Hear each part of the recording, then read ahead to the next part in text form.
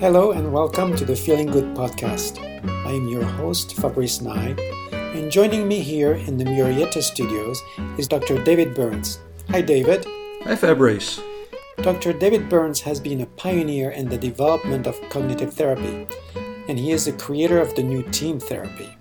He is the author of Feeling Good, which has sold over 5 million copies in the United States and has been translated into over 20 languages. He is an emeritus adjunct clinical professor of psychiatry at the Stanford University School of Medicine. Welcome to episode 105 of the Feeling Good podcast. And we have another Ask David today, but this is going to be a very special Ask David. We are focusing on the 5 secrets of effective communication and on relationships. And David was really adamant about inviting our empathy superhero, Helen Yeni-Komshian, who's joining us today. Hi, Helen. Hello, good morning, Fabrice. And David and Helen are in the Murrieta studios today, but I'm not. I'm doing this remotely. But this is going to be good. So before we move on to the meat of the matter, I know that David, you wanted to make a couple of announcements. Yes, and I'm going to call this one Ask Helen, and we'll hopefully yeah 2 consecutive Ask Helens here, because Helen's interpersonal skills are just, and brain in general, totally awesome. So you're really going to enjoy it. And we're going to have fun today. We've got wonderful questions about relationship conflicts. But there's 2 upcoming training workshops. One I'm going to be giving with Jill Levitt on October 28th. And it's on team CBT methods for the treatment of relationship difficulties. So today we're working with listeners and your own personal issues, but the workshop will be training for therapists. And when you have someone with a relationship problem, how do you go about helping them? And it will be a step-by-step training. It'll be a full-day workshop with continuing education credits.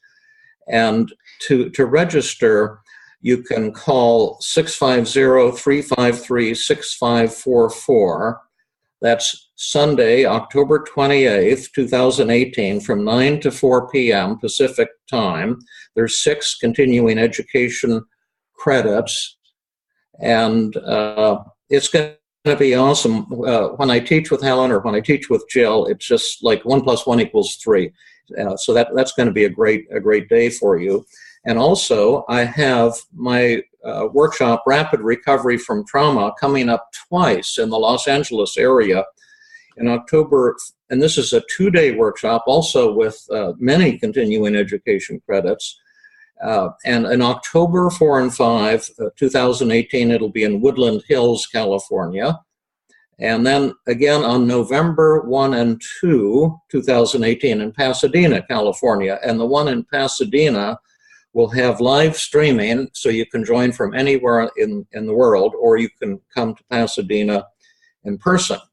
And for further information on the Rapid Recovery from Trauma workshop, you can call 1-800-258-8411. That's 1-800-258-8411, or go to www.iahb.org. So 3 upcoming workshops, Sunday, October 28th, how to treat patients with relationship difficulties. Call 650-353-6544, or the 2 Rapid Recovery from Trauma workshops, 2-day programs each in Woodland Hills, California, or Pasadena, California, October 4-5, or November 1-2. Call 800-258-8411. And with no more throat clearing, let's dive into this wonderful topic.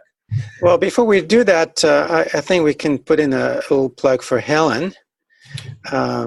People may... I thought you would do that at the end when they see how awesome she is, but we'll do it right now. If you'd like to contact Helen, give us your contact information. If some of the listeners say, wow, I'd like to ask Helen a question or get some consultation from Helen or treatment or whatever. Okay. You can email me at helen@dryeni.com. So that's HELEN at dryeni.com. You can also check out my website, www.dryeni.com. Perfect. And we'll put that in the show notes as well. Speaking of the show notes, we made a call for volunteers last time to see if anyone would like to help us index the podcast, because we have over 100 episodes now, and it's getting hard to find the topics and the episodes that we want to listen to in the archive. And I've been amazed and overwhelmed with the response. We've had over half a dozen people who right away answered the call to help us, and actually we had somebody even write a program that indexed all the fields in there that were automatically discoverable. So now we just need people to help us with the tags and the summaries. So this is fantastic. We have such great help there, and so I'm very, very grateful to our listeners and to the enthusiasm that you generate, David. Thank you. Yeah. Okay. The first question here is, and thank you everyone for that nice response and all the support that you're giving us in this indexing thing. It's going to make it so much easier for people to search. We've had over 100 Feeling Good podcasts now, and we're still just getting started, and we're excited. We've got so much good stuff we want to share with you. So it'll be great to be able for you listeners if you want to see externalization of voices, here's podcasts where you can learn about that, or the downward arrow, or how to work with someone you're angry with, or whatever. This email came from Mary, and she had a great question. We've had tons of great questions. I have a question I'd love to hear addressed on the podcast. By the way, the one with Lee was fantastic. That was the live therapy that I did with Jill and Lee, who had a marital problem about a couple of months ago. Mary asks, is empathy fatigue possible? The answer to that is no. When I was in private practice, I used to see 17 patients on Wednesday alone, one right after the next. I got higher and higher. There's no such thing as empathy fatigue. What you call empathy fatigue results from two things. One is communicating poorly with the person you're interacting with, so the situation doesn't move in an intimate, loving direction. And the other is from the way you're thinking about interacting with someone who's upset. You may be having a lot of distorted thoughts, but at any rate, the recovery from empathy fatigue is definitely possible. Anyway, Mary says, my husband sometimes feels like a black hole of endless, complicated, miserable feelings that need to be explored. He complains of my lack of empathy. I can understand that. I'm about an inch deep.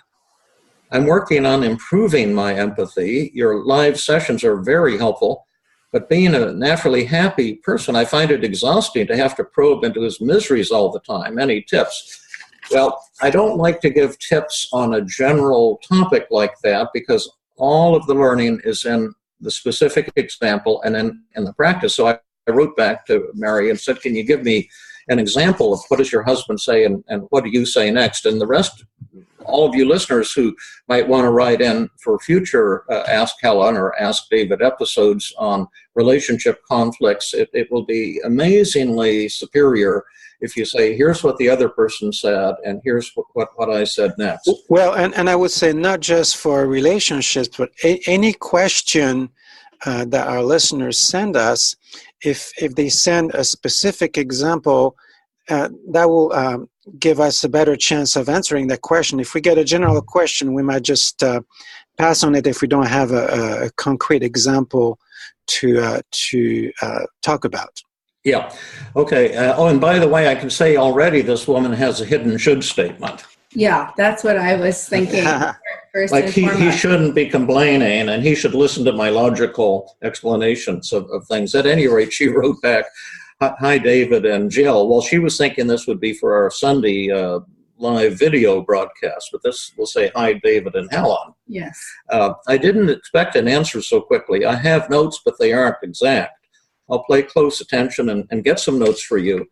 Of course, I'm sure one exchange will reveal how badly I'm communicating, and my ego must die. How awful, but so important that I'll be honest and work at it. Usually he says something happened like at work or with a family member, a news headline, Trump, or whatever. He's rather theatrical and inflates and exaggerates the event and the impact it has on him. So what do? I minimize and dismiss, trying to keep the peace. And of course, that's Mary's error. We'll talk about that in a minute. Of course, that is useless, and he goes off for 0 to 60 in 0 to 60 in seconds and gets miserable, and he can remain miserable for days on end. And the interesting thing is, Mary is thinking, why is my husband complaining so much? Mm-hmm. And actually, she's forcing him to complain. We'll explain that in a minute. Next time when he starts up about something making him upset, angry, or slighted, I think inside, here we go again, more misery, interior eye roll. Try to be empathic anyway. Try to be empathic, but I'm probably doing a terrible job at it. I'm a fake. And that's delightful to hear your willingness to look at yourself. I suspect there's a lot of truth in your self-criticism. I know he's sensitive as a result of past traumas. I'm probably adding to them. I wonder what would happen if I tried real empathy instead of minimizing what he says. Perhaps that might tone his emotions down, but I'm still a fake. And then therapists must sometimes go to work feeling like it will be a hard day of summoning up some empathy for a bunch of whiners and blamers who need to take a good hard look at themselves in the mirror and smarten up. Well, Mary, we're going to ask you to look at yourself in the mirror. I apologize for that. Mm-hmm. What do you do to recharge your empathy battery? Sincerely and gratefully, Mary. Well, that's a fabulous question, and the gorgeous and brilliant Dr. Helen will now give us the answer, and then we can role play a little bit. Okay. I'm looking for the gorgeous and brilliant Dr. Helen. I'm not sure who that is. Well, I think this is a great question, and there's so many different things embedded in here that we could highlight. I really, first of all, relate to Mary's feelings of getting annoyed by someone whining and personal, complaining. Right? Yes. Yeah. I remember from a previous podcast. Right. And so I think, so there is a should statement in there that this person shouldn't complain so much. They should be more pleasant. They should be more cheerful, reasonable, like I am. And so I actually think the very first thing that would be helpful to do in this case is to deal with Mary's own feelings before she tries to be empathetic, because the 5 secrets or attempts at empathy isn't going to be very effective as long as Mary is extremely annoyed and fed up and irritated. So I think that it would be helpful for Mary to realize that she's annoyed, and maybe see if she could, if she would like to get closer to her husband, to see if she can get into a headspace where she might desire to put aside the annoyance on a shelf, not make it go away, because I think her feelings are very valid too, but to be able to put that aside for a moment, to see if she can kind of find it within herself, if she would actually like to make a stronger connection with her husband.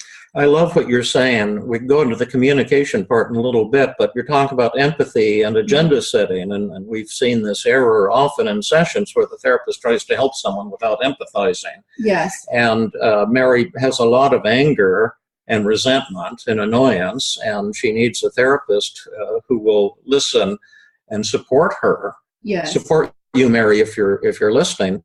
So you can kind of vent and feel heard, and find a therapist who will find truth in what you're saying, Then we'd ask you, Mary, how are we doing on empathy? Or how am I doing? Am I getting an A, a B, a C? And once you're getting an A, the therapist is getting an A from you, Mary, then we would set the agenda. And what Helen was suggesting is that when you have a relationship conflict with someone, there's three choices that you can make. I call it interpersonal decision making. You can decide to leave the relationship, and I don't have the belief that you have to save every marriage, save every relationship. That's a personal decision that everyone has the right to make. Or would you like to work to improve your marriage with your husband, to handle these conflicts in a radically different way? Or would you prefer to just stay in the relationship and keep doing the same, which will guarantee that things won't change? And oddly enough, the choice that most people make is number three. To stay in the relationship and continue to act and behave in a way that will guarantee that the problem will be perpetuated. Well, change is hard work. And the death of the ego sometimes too. Yeah, and leaving a relationship is a big loss a lot of times, even if there are problems. So status quo is kind of the path of least resistance. Yeah, absolutely. Well, if I may add something, I think that a mistake that people often make when they use the 5 secrets of effective communication is they do it with the intention of getting the other person off their back. Yeah. Not with the intention of getting closer to them. Right. And that's not going to work. Absolutely. Yeah, it has to come from the heart, and it has to be done skillfully. Now, dealing with someone who whines and complains is actually probably the easiest communication problem to solve, and it involves use of stroking, disarming, and feeling empathy. But in addition, we have this other awesome technique called forced empathy that Helen wisely suggested could be useful to Mary as well. In fact, we have dozens of techniques that could be helpful to Mary, and we don't have time to go into all of them on this podcast, but you want to talk a little bit about forced empathy? Yes. So forced empathy is a role-playing technique where the therapist would be interviewing the patient, but let's say, just to give an example here, that in this role play, if David and I were doing it with Mary would be the voice of her husband. She would be speaking her husband's truth, and she would agree to tell the whole truth and the complete truth from as her husband sees it. And it would be in other words, we would ask Mary if she'd be willing to let us force her to become her husband's conscious and subconscious mind. Exactly. And then we would be asking questions like... And we'd be like a friend of the husband. Yes. And what we'd be doing is trying to get at the husband's feelings. And Mary would have to be putting herself in her husband's shoes. And so we might ask Mary to answer questions like, how does it feel when, you complain to Mary and she tries to shut you up, or, and... Perfect. And then what might he say? He would say, In fact, we can do it. How do you feel? You'll be Mary here, and I'm a friend of Mary's, and so Mary has to tell the truth, the whole truth, and nothing but the truth, as best she understands it. So, is it true, Mary, that you often have conflicts with you shouldn't say, "Is it true, Mary?" You should say, "Is it true, husband?" Oh yeah, Ralph. Right. Ralph, yeah, you're Ralph, and I'm a friend of Ralph's. Thank you. It can get confusing. Yeah, is it true, Ralph, that you sometimes get into conflicts with Mary when you get upset about something? You try to tell her out how you feel. What happens? Well, something really frustrating happens to me at work, or I read some bad news, and I just want to get it off my chest and share it with my wife. And rather than listening to me, she just kind of tells me, oh, come on, it's not that bad. And, why are you always so negative? So she kind of just puts me down and tries to shut me up. How does that make you feel when she does that? It's really hurtful. I feel like she doesn't want to hear what I have to say. She doesn't really, care about me. Well, and that might be enough to give a sample for this. But then we would ask Mary, so if you're reacting to him in a way that makes him feel put down and not listen to, what will he think and feel and do next? How will that affect his tendency to complain? And what's the answer? He'll complain more. So any time somebody doesn't feel understood or heard, they need to raise the volume on the complaint. Yeah. So the forced empathy technique can be really illuminating for people to try to put themselves in the other person's shoes and see how that person's feeling and try to get a better understanding of what that person really needs. Yeah, and this also brings in, and we'll show a more effective way to respond to the husband in a moment, but this also brings in the death of the ego, because it will be painful to Mary, in all probability, to discover that she's forcing her husband to complain and to become histrionic and to up the volume. She's, like every person who wrote a question, she's blaming the other person. She's blaming her husband, and she's not looking at her own role. And the whole key to the team model for interpersonal therapy is to change yourself, to look at your own role, rather than trying to change the other person. And the paradox is the moment you change, the other person will instantly change. But it's painful, because when you see your role in the conflict, it's shameful, it's painful, and a lot of patients cry at this moment. And some patients won't tolerate it. They say, I don't want to work on this problem, because they're so narcissistic and blaming of others, they don't want to give up this idea that they're the victim of the other person's badness. Is that an overly harsh way of saying it? Or? Yes. Good. Helen will now say it in a nice way. Well, I would say just that when we're really angry at someone and fed up with them, it's just hard to see it from the other person's point of view. We don't want to see it from the other person's don't want to. Point of view. We want to think we're right and they're wrong. We're morally superior. They're inferior. Yeah. That's the whole addiction to conflict. It's one of the big problems of the human race. But rather than pontificating, let's go on to the solution. And let's see how Mary, let's say she would really like to respond differently, and to share her feelings, while at the same time using the disarming technique, stroking and feeling empathy. You want me to be the husband? Sure. How about I be Ralph? Oh, yeah, beautiful. And Helen will be... I can complain just fine. Okay, great. Oh, Mary, I hate this. We're not earning enough, and we're in this super high rent area, and it's so congested here, and I'm so stressed at work. I can't stand this anymore. I think we need to make a change. It's just way too bad. Yeah, Ralph, I know what you're saying. I'm really stressed out about money too, and just looking at our bank statements and what's coming in and what's coming out. I'm stressed too, and I'm also worried that we're not earning enough. And it sounds like you're feeling really worried and kind of fed up with things. I'd like us to be a team, and even though it's stressful, I'm glad that we're a team together, because it makes, it's something that we can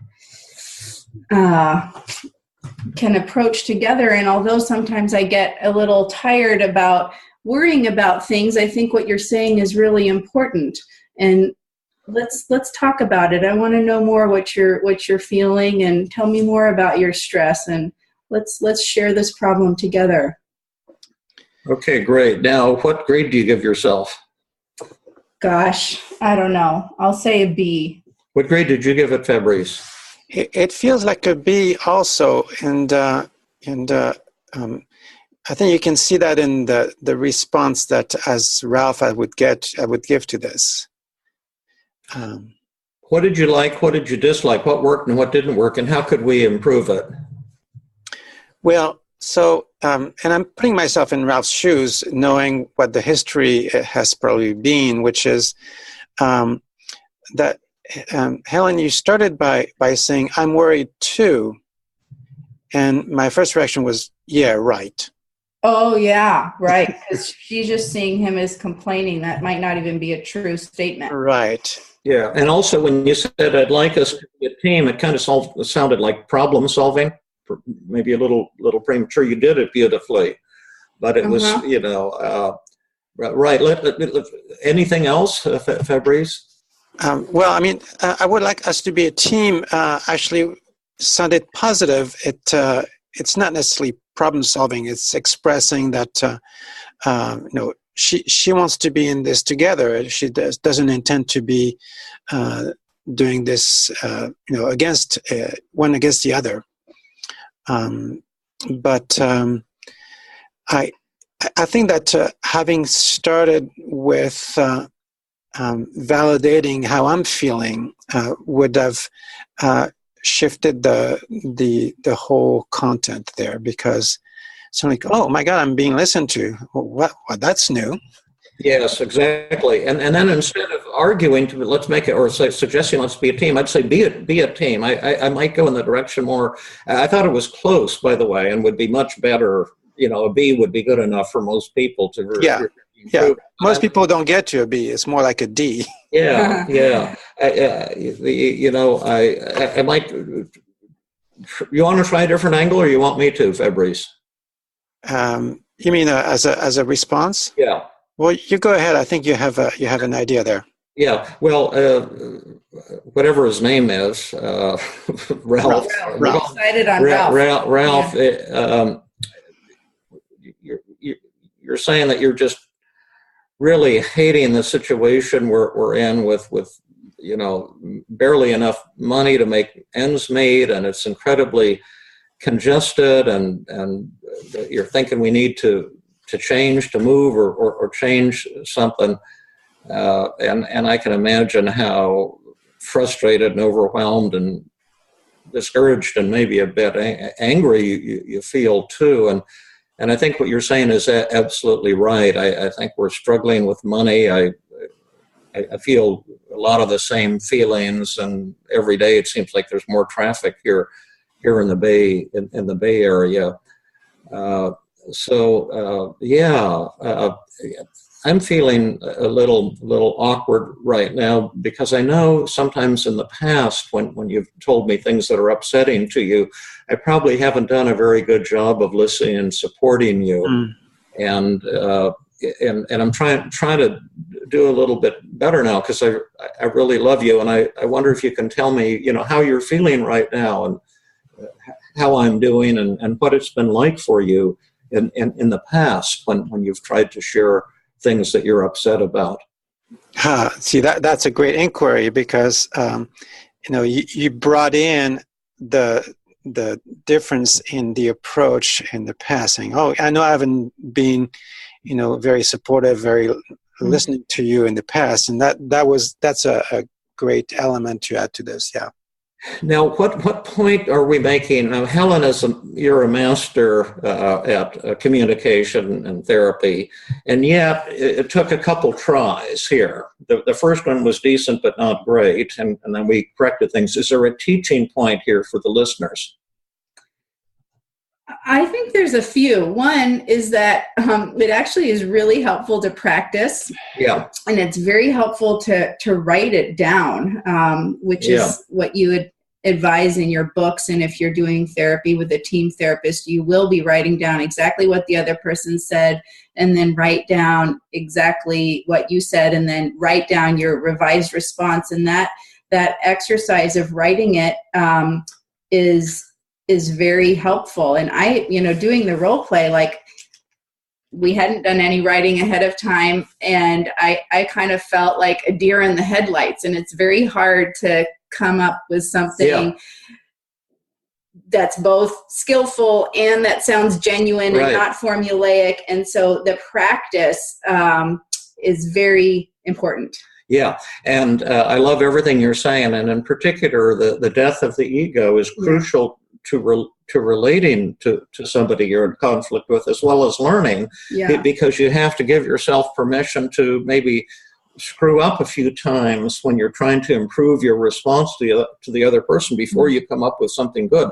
And when I first developed the 5 secrets and I was trying to learn it, I would write down what a patient said or what my wife said and what I had said next, and then I would try to improve it, and I'd write out a 5 secrets response, and I'll put the 5 secrets in the show notes.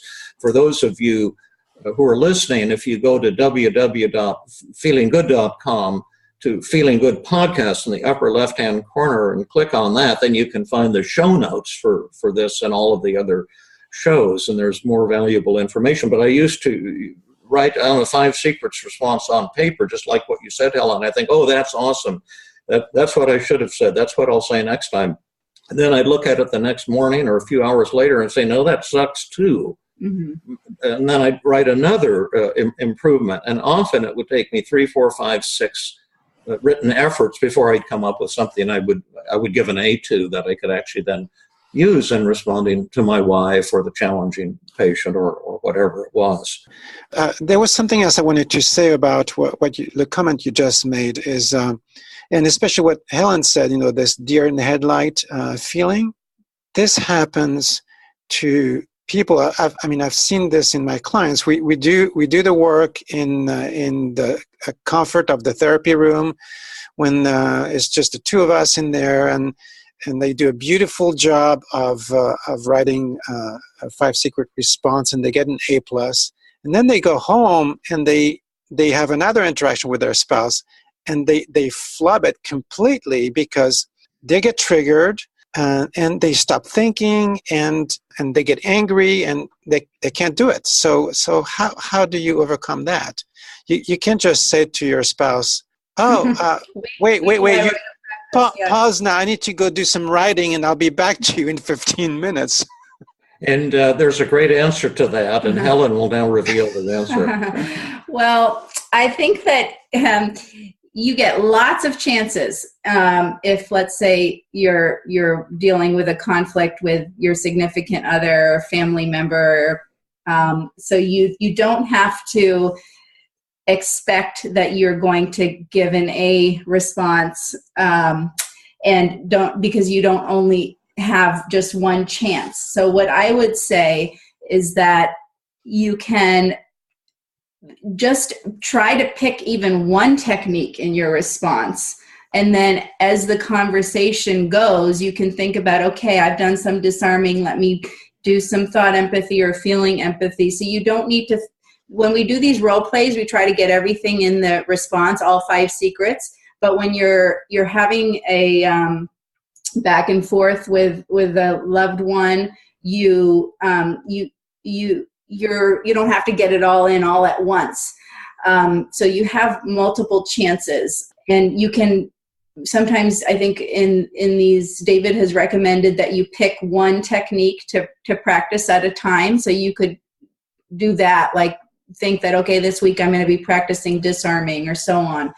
And then one last thing that when you do this kind of work, you might notice that there's one or 2 techniques that you habitually don't use very well. Like feeling empathy. So that could be, you can try to make yourself remember to do the one that you always forget. Yeah, you can learn about all these techniques in my book, Feeling Good Together, which you can get on Amazon as a paperback, and it has written exercises and explanations. Those of you who really want to learn the 5 secrets, that would be a great tool. But I would say, in addition, you need to have a little conversation with yourself. Also, I want to say you have an inner dialogue that's firing you up. Yeah. So you may need to work with cognitive therapy techniques to change the way you're thinking.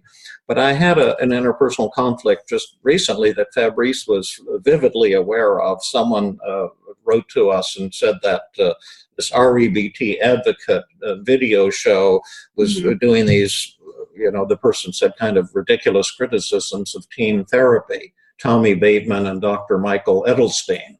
So we had a show on responding to their criticisms. But the person who wrote in said he was feeling really angry, and underneath I was feeling really angry too. And I kind of wanted to put them down and let them know what losers they are and how ridiculous their criticisms were. But then I started having a conversation with myself, like, do I want to get into a big battle here? And if I start attacking them, there's a 100% guarantee they'll start attacking back. And is that what I really want? That's interpersonal decision making. Interpersonal decision making, and I talked about it with a colleague too, named John, who gave me some pretty good tips on my show notes and how to make them sound less irritable. So I decided, hey, I'd like to befriend these guys instead and disarm them, find truth in their criticisms, and so they then one of my fans wrote to them and said, why don't you invite David on your show? So they invited me on their show, and I decided I'm really going to make friends with these guys, and it was just awesome. It was like a love fest type of thing. I disarmed them, I stroked them, and I saw, although they're fiery and their methods are quite different, we have a lot in common. We all love Albert Ellis, and it was just terrific. And then they said, would you do a second show with us? So then I did a second show the next week, and then they said, well, you do a third show with us. And so this week I did the third and final show with them. But I think they're really great, and I just had so much fun, and they're really, really neat people. And that came from you deciding that you didn't want to do battle with them and that you wanted to befriend them. Yeah, and I think that's like the most important part of interpersonal work is that decision. Yeah. Where do you want this relationship to go? Yeah. And then what you say, even if it's not perfect, if it's coming from the spot that I want this relationship to be better, it will. The other person will tune into that. You don't have to be perfect, but you need to be genuine and have some genuine caring. And that doesn't mean you're not allowed to be angry. No.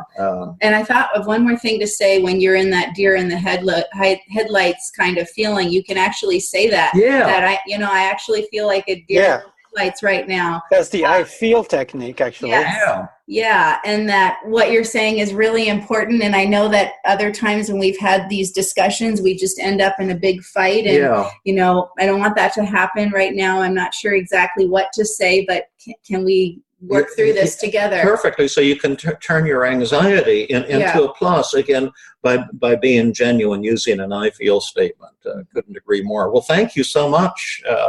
And maybe we should terminate this podcast and have Ask Helen part 2, because we have a lot of awesome.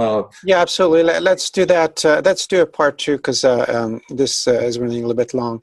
And one thing I wanted to mention would be it might be good to put a link to the RABT advocate in your show notes so that people can get a first-hand experience of how you used your 5 secrets to respond to Tommy Bateman and Dr. Michael Edelstein. Oh, yeah, I'll do that. Yep. Great, brilliant idea. So thank you very much. We'll do a part 2 in the next episode.